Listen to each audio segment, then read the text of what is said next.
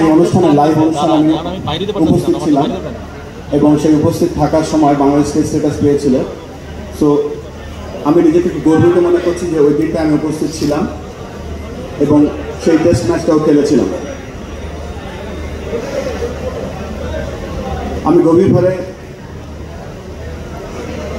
স্মরণ করছি আমাদের প্রায়ত কোচ ছিলেন তখন এডি বার্লো, বর্তমানে পরবর্তী হেড কোচ হিসেবে প্রথম টেস্টে আমাদের টেস্ট দলের কোচ ছিলেন যেমন ইমরান সারোয়ার, আমাদের দলের ম্যানেজার ছিলেন টিটো ভাই। কেন এত কথাগুলো বলছি যে এক একটা বিশাল চরিত্র বাংলাদেশের ক্রিকেটকে আজকে এখানে নিয়ে এসছে।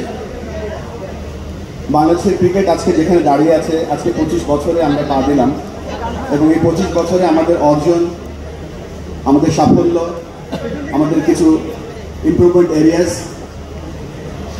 আমি ব্যক্তিগতভাবে কখনো নেগেটিভ কথা বলি না। আমরা কত ম্যাচ হেরেছি বা কিছু একটা বলতে চাই না, ইমপ্রুভমেন্ট এরিয়াস বলতে চাই। তো এই জায়গাগুলোতে আমরা গর্ব করছি এবং আমরা আশা করব যে আজকের এই দিনের মাধ্যমে হয়তো এই 25তম যে আমাদের আজকে আমরা সিলভার জুবিলি পালন করছি, এটা আমরা হয়তো যেদিন 50 বছর পালন করবো বা 100 বছর পালন করবো, আমরা জানি তখন পৃথিবীতে থাকবো কি না। আমরা এমন একটা জায়গায় বাংলাদেশ ক্রিকেটকে রেখে দিতে চাই যেন বাংলাদেশের যে কারেন্ট স্ট্যাটিস্টিক আছে তার থেকে আমরা অনেক ভালো জায়গায় পৌঁছতে পারি। সেই লক্ষ্যে আমরা যখন একটা চার্টার তৈরি করলাম এবং বাংলাদেশের আমরা ভাবছিলাম যে বাংলাদেশের ক্রিকেটটাকে আমরা কীভাবে ডিসেন্ট্রালাইজ করতে পারি বা বাংলাদেশের প্রত্যেকটা উপজেলাতে ক্রিকেটটা পৌঁছে যেতে পারি।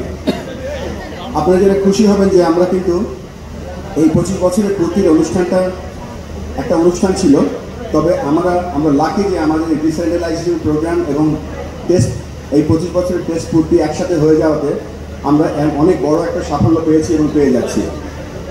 আজকের দিনে আমরা একটু ডিক্লেয়ার করতে চাই